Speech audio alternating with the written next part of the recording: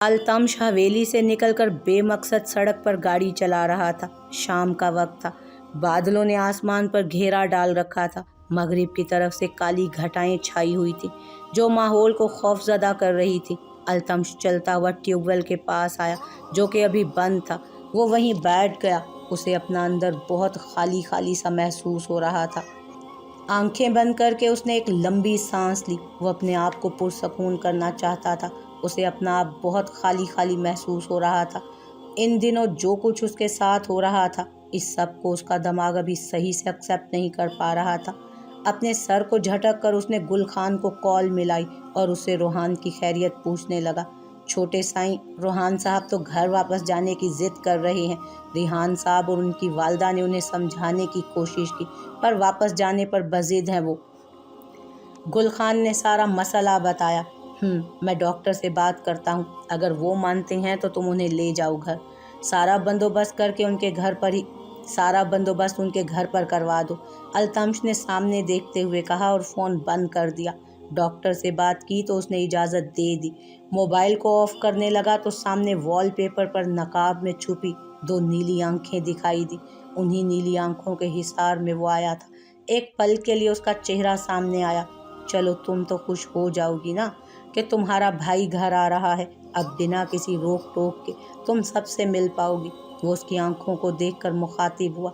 वहाँ पर बैठे उसे काफ़ी देर हो चुकी थी। काले बादल अब पूरे आसमान पर छा चुके थे, बिल्कुल उसकी ज़िंदगी की तरह। हर तरफ गहरा अंधेरा हो रहा था। हल्की हल्की हवा अब तेज़ आंधी की तरह बढ़ रही थी। साथ बारिश शुरू हो चुकी थी। इस ठंड के मौसम में बारिश होना और साथ में हवाओं का चलना एक अजीब सा तासुर पैदा कर रहा था। वो उठा और हवेली की तरफ बढ़ा। चूँकि वो पैदल आया था तो जाते तक मुकम्मल भीग चुका था। इस बारिश में भी उसे सुकून मिल रहा था, जैसे खुदा खुद उसके अंदर के दुख तकलीफ़ को बाहर निकालना चाहता हो। वो जैसे ही हवेली में दाखिल हुआ, सामने डाइनिंग टेबल पर बैठे सब मर्द हजरात रात का खाना खा रहे थे। अल्तमश पुत्रा, खाना खा ले। जहांगीर ने बहुत अपनाइयत से कहा। नहीं दादाजी, भूख नहीं है, मैं कपड़े बदल लूँ। वो सहूलत से इनकार करके ऊपर अपने कमरे की तरफ बढ़ा। जहांगीर खान का मुंह को जाता निवाला प्लेट में ही रह गया। सीरत और मन्नत कल रात के वाक़ये से काफ़ी डिस्टर्ब थी। कॉलेज से वापस आकर वो दोनों हमीदा बेगम के साथ किचन में लगी हुई थी। हमीदा बेगम का मूड बहुत ख़राब था। हाजिम तो सुबह ही ऑफिस निकल गया था। सिराज रात का घर से निकला अभी तक वापस नहीं पलटा था।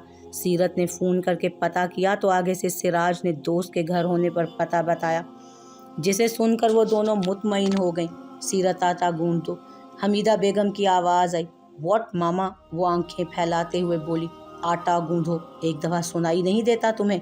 हमीदा बेगम ने उन्हें आंखें दिखाकर कहा। सुनाई तो देता है, पर मामा जानी ना, मुझे आटा गूंदना नहीं आता। तो वो हल्का सा मिनमिनाई, पर हमीदा बेगम की गुस्से भरी आंखें देखकर वो फ़ौरन आटे को निकाल कर गूंदने लगी।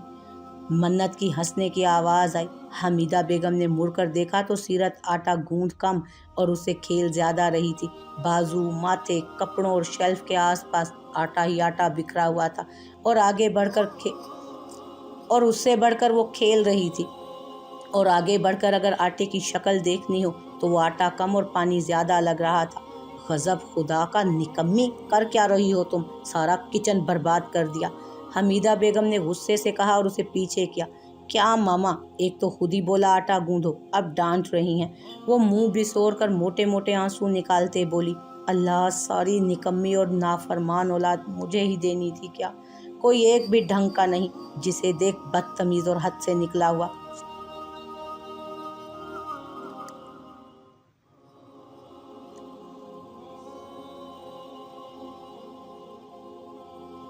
जिसे ना माँ का ख्याल है और ना बाप का। हमीदा बेगम रात वाला गुस्सा अब उन पर निकाल रही थी। सिराज अभी अभी घर दाखिल हुआ था। हमीदा बेगम के गुस्से से चिल्लाने पर किचन की तरफ बढ़ा।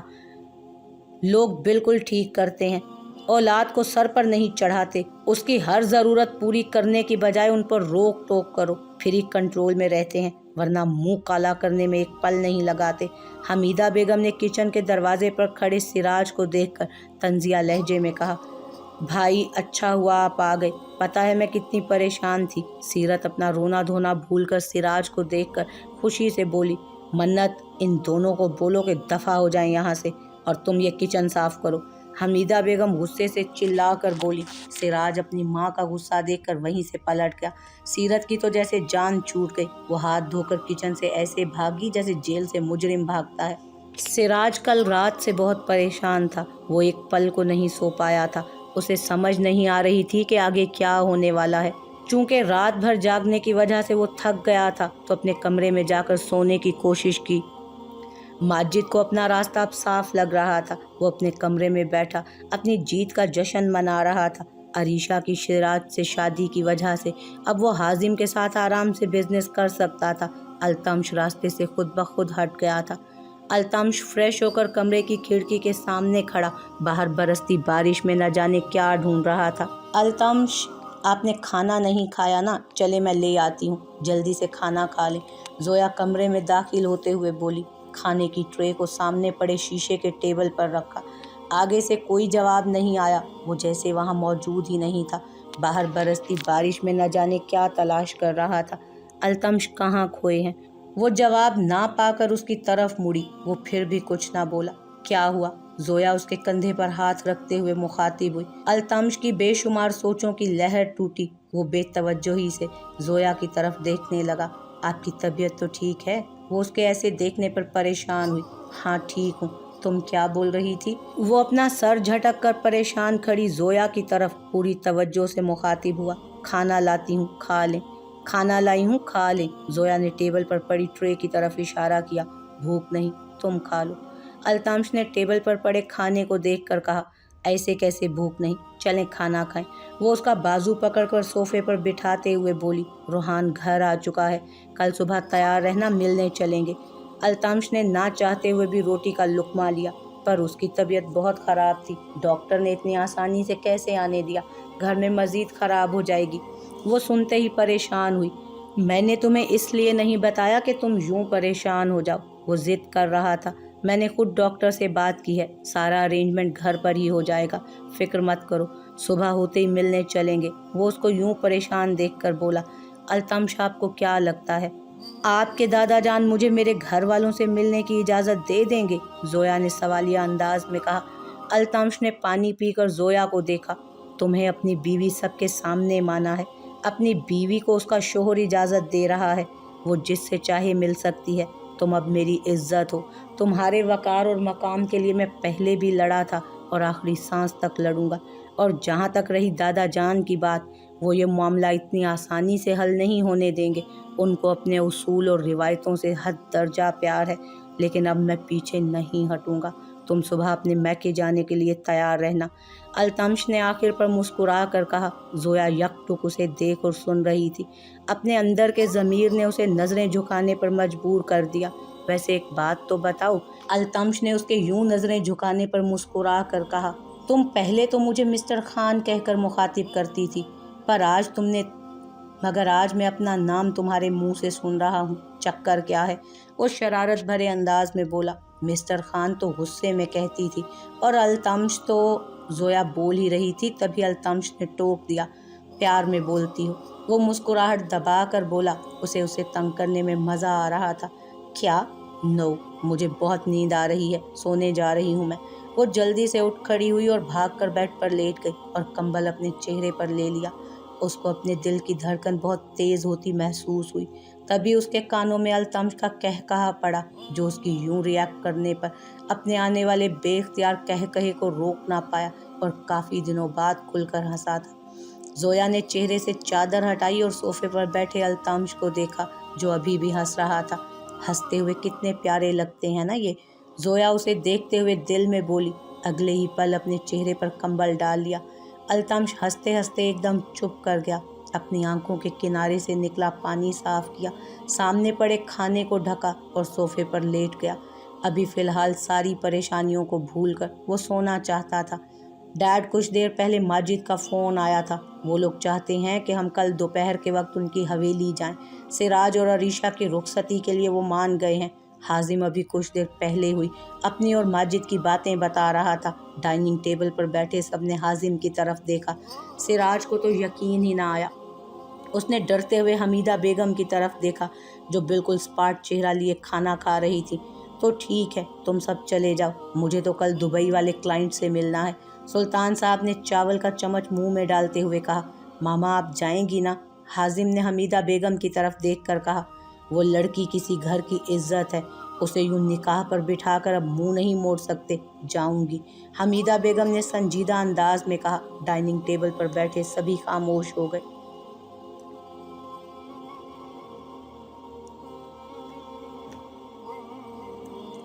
सुबह का सूरज चढ़ा तो रात की बारिश की खनक कम हुई। सर्द मौसम में थोड़ी सी गर्माइश पैदा हुई। हवेली में आज हाजिम की फैमिली ने आना था। पिछले 2 दिनों से हवेली में अनकही सी खामोशी छाई थी। साइमा भाभी क्या हुआ, आप ऐसे क्यों रो रही हैं? आयमा बेगम चाय का कप लेकर साइमा बेगम के कमरे में दाखिल हुई तो सामने साइमा बेगम बेड पर बैठे रोती दिखाई दी। वो घबरा कर आगे बढ़ी। आयमा, ये जो भी मेरे बच्चों के साथ हो रहा है, मैं इस सब से बहुत परेशान हूँ। पता नहीं किसकी बुरी नज़र लग गई। पहले अरसलान यूं चला गया, फिर अल्तमश का निकाह, माजिद का यूं किसी लड़की का कत्ल करना और अब अरीशा का हमारी इज्जत को उछालना। वो रोते हुए बोली, और किसकी? उस जोया की नज़र लगी है। जब से इस हवेली में आई है मनहूसियत फैला रखी है। कोई ना कोई बात आए दिन होती ही रहती है। आयमा बेगम नहुसत से बोली। नहीं आयमा, ऐसा नहीं है, ये सब उसकी वजह से नहीं हो रहा। मुझे ऐसा लगता है कि मेरी तरबियत में ही कोई कमी रह गई थी, जो आज यूं मेरे ही बच्चे एक दूसरे का मुंह भी देखना पसंद नहीं कर रहे। बड़ा भाई पैसे के लालच में छोटे भाई को घर से निकाल रहा है। साइमा बेगम उनकी नफ़ी करते बोली। भाभी, वो लड़की कसूरवार है। अगर अल्तमश उसकी बात मानकर अरीशा को कॉलेज ना भेजता तो आज ये सब ना हो रहा होता। आयमा बेगम किसी तौर भी जोया को इल्ज़ामात से बरी नहीं करवाना चाह रही थी। आयमा, ऐसा मत बोलो, पहले ही उस बेचारी के साथ हमने बहुत गलत किया। उसके भाई की सज़ा उसको मिली। यहाँ हवेली में हर दिन उस पर तंग कर दिया गया और हम दोनों ने ही तो उस पर गंदे गंदे इल्ज़ाम लगाए थे। अल्लाह को शायद वही पसंद नहीं आया जो झूठा इल्ज़ाम हमने उस पर लगा दिया था। देखो ना, आज वो एक सच बनकर मेरी बेटी के रूप में मेरे सामने आ खड़ा हुआ। साइमा बेगम रोते हुए बोली। आयमा बेगम हैरानगी से उनकी बातें सुन रही थी। जो भी कहें भाभी, मुझे तो वही कसूरवार लगती है। उसकी मनहूस नज़र लगी है। आप ये चाय पी लें, मैं नाश्ता बना दूं। आयमा बेगम बोलकर कमरे से निकल गईं। ये भाभी को पता नहीं क्या हो गया है। वैसे कहा तो ठीक है, इनसे अपने बच्चों की तरबियत ही ठीक नहीं हुई, इसीलिए तो किसी को मुंह दिखाने के काबिल नहीं रही। मुझ पर तो बड़ा रौब डालती थी। खुदा का शुक्र है कि मेरे बच्चे तो इनसे कई दर्जा बेहतर हैं। अरीशा जैसी लड़की बहू बनाकर सारी ज़िंदगी इसी की चलती। अपने बेटे के लिए तो मैं चांद सी दुल्हन लेकर आऊँगी। वो खुद से बातें करती किचन में चली गई जहाँ आयला उनके लिए नाश्ता बना रही थी। अल्तमश जोया को तैयार होने का बोलकर खुद डेरे की तरफ निकल गया। जोया कपड़े तब्दील करके ड्रेसिंग टेबल के सामने आ खड़ी हुई। बालों को जूड़े की शक्ल देकर वो हाथ में पकड़े स्कार्फ को चेहरे के गिर्द लपेटने लगी। आंखों में काजल डाला। वो जल्दी जल्दी में सब कर रही थी क्योंकि अल्तमश आने वाला था। वो आखिरी दफ़ा जुलेखा बेगम और बाकी घर वालों से मिलना चाहती थी। वो स्कार्फ में नकाब करने ही वाली थी जब कमरे का दरवाज़ा खुला और अल्तमश सफ़ेद कुर्ता शलवार पहने अंदर दाखिल हुआ। वो जल्दी से सोफ़े की जानिब बढ़ा जहाँ उसकी काली चादर पड़ी थी। अल्तमश ने चादर अपने कंधों के गिर्द लपेटी। जोया जो कि नकाब करने वाली थी, उसकी निगाह आईने में झलकते अल्तमश के अक्स पर पड़ी।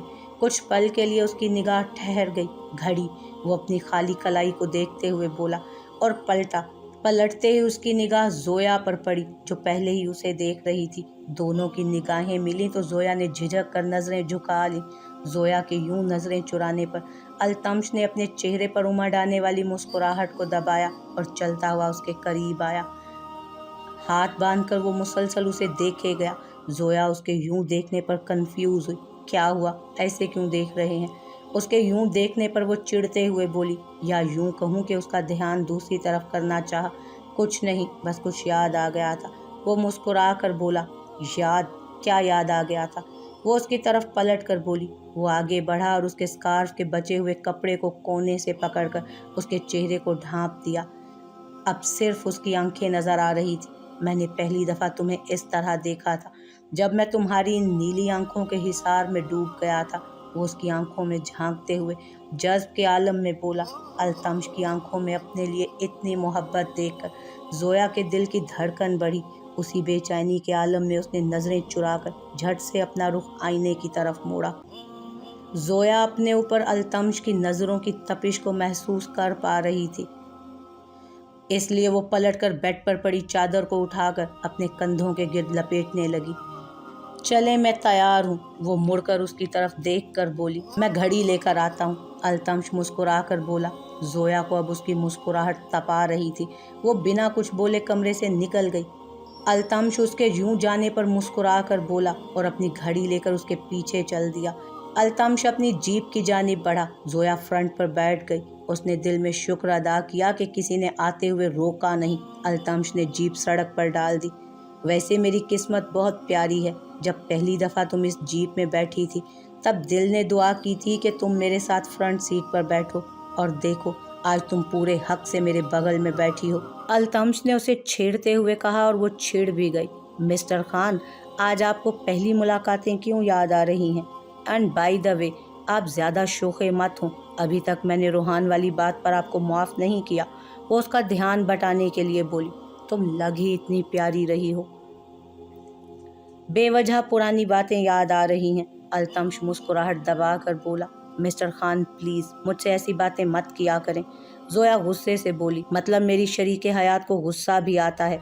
कोई ना, तुम्हारी सारी शिकायतें कोई नहीं, तुम्हारी सारी शिकायतें, सारी नाराज़गियाँ दूर कर दूंगा। वो उसकी तरफ देख कर बोला। देखेंगे क्या दूर होता है, नाराज़गियाँ या मैं? वो गुस्से में बोली। तुम्हें तो मैं अपनी ज़िंदगी से कभी दूर नहीं जाने दूंगा। हाँ, मेरे मरने के बाद चली जाना। वो जोया की बात सुनकर एकदम संजीदा अंदाज में बोला। और अगर मैं चली गई, वो बेखुदी में बोली, तो वो दिन अल्तमश खान की ज़िंदगी का आखिरी दिन होगा। वो बराह रास्त उसकी आंखों में देखते हुए बोला। जोया को अपनी सांस रुकती महसूस हुई। उसने जल्दी से नज़रें चुरा ली। अल्तमश भी खामोशी से जीप चलाने लगा। अगले 5 मिनट में जोया के घर के सामने गाड़ी रुकी। जोया जीप से बाहर निकली। दोनों घर के दरवाजे के सामने रुके। उसने कांपते हाथों से दरवाज़ा बजाया। कुछ ही पल में जिब्रान ने दरवाज़ा खोल दिया। छोटे साईं, आप आए, अंदर आए। वो यूं अल्तमश को सामने खड़ा देखकर फ़ौरन बोला। दोनों अंदर दाखिल हुए। जिब्रान ने जोया के सर पर प्यार से हाथ फेरा। जोया अंदर की तरफ बढ़ गई। सामने कमरे से जुलेखा बेगम उठकर बाहर आ रही थी। जोया भागकर उनसे मिली और रो दी। जिब्रान भाई, आप प्लीज़ मुझे साईं मत बुलाया करें, आप बड़े हैं, अल्तमश कहकर पुकारा करें, ये मुझे अच्छा लगेगा। अल्तमश आगे बढ़कर बोला। जी छोटे, माफ़ कीजिएगा जी अल्तमश, चलें अंदर चलें। जिब्रान मुस्कुरा कर बोला और वो अल्तमश को लेकर रोहान के कमरे में दाखिल हुआ। सामने रोहान होश में था पर लेटा हुआ था। एक हाथ में ड्रिप लगी हुई थी। गुलखान एक तरफ खड़ा था। वो कल से मुसलसल उनके साथ था। रोहान की तबीयत पहले से बेहतर थी। अस्पताल का सारा इंतज़ाम यहीं करवा दिया गया था। अल्तमश के इशारे पर गुलखान वार्ड बॉय को लेकर कमरे से निकल गया। जोया जुलेखा बेगम के साथ दूसरे कमरे में थी। अम्मा, मुझे आपसे एक बात कहनी है। जोया उनके हाथों में अपना हाथ लेकर बोली। बोलो बेटी, क्या बात है? कुछ परेशान लग रही हो। वहाँ हवेली में ज़्यादा जुल्म तो नहीं करते? जुलेखा बेगम फ़िक्रमंद लहजे में बोली। नहीं अम्मा, अब वहाँ सब ठीक है। अल्तमश ने सब ठीक कर दिया है। मुझे आपसे ये कहना था कि आपने पिछले 1 साल से मेरा बहुत ध्यान रखा, यहाँ के लोगों से झूठ भी बहुत बोले, मुझे अपनी बेटी बनाया। मेरी माँ तो नहीं है, पर आप में मुझे अपनी माँ नज़र आती है। आपने हमेशा मुझे बेटी समझकर ख्याल रखा, पर अब मेरा काम पूरा होने वाला है। मैं 1-1.5 हफ्ते में यहाँ से जाने वाली हूँ, कभी वापस ना आने के लिए। बस आपसे आखिरी मुलाकात है। जोया बोलते बोलते रो दी। मेरी बच्ची, मैंने तो तेरी माँ का एहसान उतारने की हकीर सी कोशिश की है। बहुत नेक खातून थी, मेरी बहुत मदद की। तुम मुझे मेरी बेटी ही लगती हो। परेशान मत होना, सब ठीक हो जाएगा। जुलेखा बेगम ने उसके माथे को चूमते हुए कहा। आप रोहान, जिब्रान भाई दोनों का बहुत ख्याल रखना। ज़िंदगी में कभी भी मेरी मदद की ज़रूरत पड़े तो फ़ोन कीजिएगा। वो उनके गले लग कर बोली। जोया, एक बात कहूँ, मेरी बेटी, ज़िंदगी में कभी भी उन रिश्तों को मत खोना जो तुम्हारे लिए अच्छा सोचते हो। जो तुम्हारी भलाई के बारे में तुमसे ज़्यादा फ़िक्रमंद हो, जिन्हें तुम्हारी खुशी अपनी खुशी से ज़्यादा अहम लगती हो। वो उसे समझाते हुए बोली, आप किसकी बात कर रही हैं? जोया सवालिया अंदाज में बोली, कभी कभी हमें वो ठीक लगता है जो हम कर रहे हों, चाहे उस चक्कर में सामने वाले के दिल को ही ठेस क्यों ना पहुंच रही हो। मेरी बातें तुम्हें एक दिन ज़रूर समझ आएंगी। चलो अब रोहान के पास चलते हैं। जुलेखा बेगम उसे उठाते हुए बोली, आप ये सब अल्तमश के लिए बोल रही हैं ना? अम्मा, आप कैसे भूल सकती हैं कि रोहान का ये हाल उन्हीं ने ही किया है। जोया न जाने क्या सुनना चाहती थी। उसने जो किया उसकी माफ़ी भी मांगी। अगर अपनी माँ की बात मानो तो जो कर रही हो बंद कर दो और अल्तमश के साथ हंसी खुशी ज़िंदगी गुजारो। उस जैसा इंसान तुम्हें सारी ज़िंदगी नहीं मिलेगा। आज वो जो कुछ हमारे लिए कर रहा है, इससे ये बात तो तय है कि वो इंसान दिल का बहुत साफ़ है। आगे तुम्हारी अपनी मर्ज़ी। चलो। जुलेखा बेगम बोलकर कमरे से निकल गई। जोया कितने ही पल जुलेखा बेगम की बातें समझने की कोशिश करती रही। वो ये सब खुद भी जानती थी, मानती भी थी, पर अपना बदला उसके लिए सबसे ज़्यादा अहम था, शायद अल्तमश से भी ज़्यादा। अपना सर झटक कर वो रोहान के कमरे में दाखिल हुई, जहाँ रोहान आहिस्ता आहिस्ता अल्तमश से बात कर रहा था। अल्तमश कई दफ़ा उससे माफ़ी मांग चुका था। जुलेखा बेगम एक तरफ बैठी सूरतें पढ़ पढ़ कर रोहान पर फूंक मार रही थी। वो चुप करके रोहान के बेड के पास दूसरी कुर्सी पर बैठ गई। अल्तमश रोहान से बातें करने में मसरूफ़ था। जिब्रान ने 2 गिलास जूस उनकी तरफ बढ़ाया। अल्तमश ने मुस्कुरा कर ले लिया। जिब्रान भाई, देखिएगा, कुछ ही दिनों में ये फिट हो जाएगा बिल्कुल। फिर मेरा वादा है इसे अपने साथ काम पर लगाऊंगा। अल्तमश मुस्कुराते हुए बोला, अरे बिल्कुल, क्यों नहीं, जब चाहे ले जाइएगा, काम पर लगाएं। वैसे ये है तो निकम्मा, जिब्रान ने हंसते हुए कहा तो अल्तमश भी मुस्कुरा दिया। जोया सबको यूं मुस्कुराता देखकर थोड़ा हैरान ज़रूर हुई थी। जोया और अल्तमश 3 घंटे वहाँ बैठे रहे। जोया, काफ़ी देर हो गई है, अब चलते हैं, अल्तमश ने उसकी तरफ झुक कर कहा। उसने गर्दन हिलाई और उठ खड़ी हुई। अम्मा, अब हम चलते हैं, इंशाअल्लाह जल्द मुलाकात होगी। वो जुलेखा बेगम के गले लगकर बोली, अल्लाह तुम्हें अपनी हिफाजत में रखे मेरी बच्ची। जुलेखा बेगम ने उसका माथा चूम कर कहा। जोया ने अपने आंसू रोके और सबसे मिलकर बाहर आई, जहाँ अल्तमश जिब्रान के साथ बातें कर रहा था। उसे देखकर जिब्रान को खुदा हाफिज कहने लगा। दोनों बाहर खड़ी जीप में आ बैठे। जोया ने अब आने वाले आंसुओं को नहीं रोका। अल्तमश ने जीप चला दी। जोया जानती थी कि वो इन सब से आखिरी दफ़ा मिल रही है, इसीलिए रो दी थी। पिछले 1 साल से वो यहाँ रह रही थी, सबसे बहुत क्लोज हो चुकी थी। रोहान और जिब्रान दोनों उसे छोटी बहन की तरह ही ट्रीट करते थे। मैं तुम्हें इसलिए लेकर नहीं आया था कि तुम यूं रोना शुरू कर दो। जब वो काफ़ी देर तक चुप ना हुई तो अल्तमश ने उसका मूड फ्रेश करने के लिए कहा, क्या करूं, इमोशनल हो गई थी।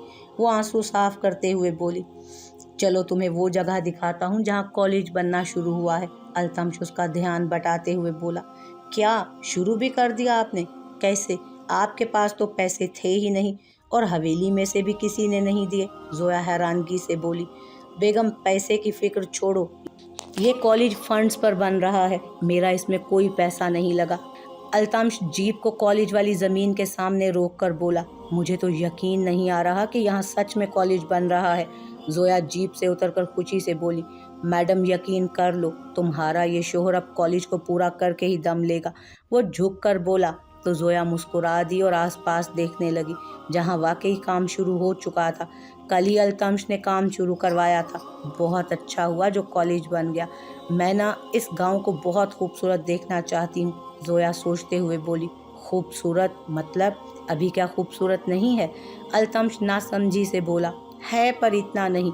ना तो सड़कें सही हैं और ना ही छोटा सा पार्क और ना ही कोई बेकरी। अगर बेकरी होती ना तो सबसे पहले मैंने गुलाब जामुन खाने थे वहाँ से। कितने महीने हो गए कभी गुलाब जामुन ही नहीं खाए। वो सोचते हुए बोली।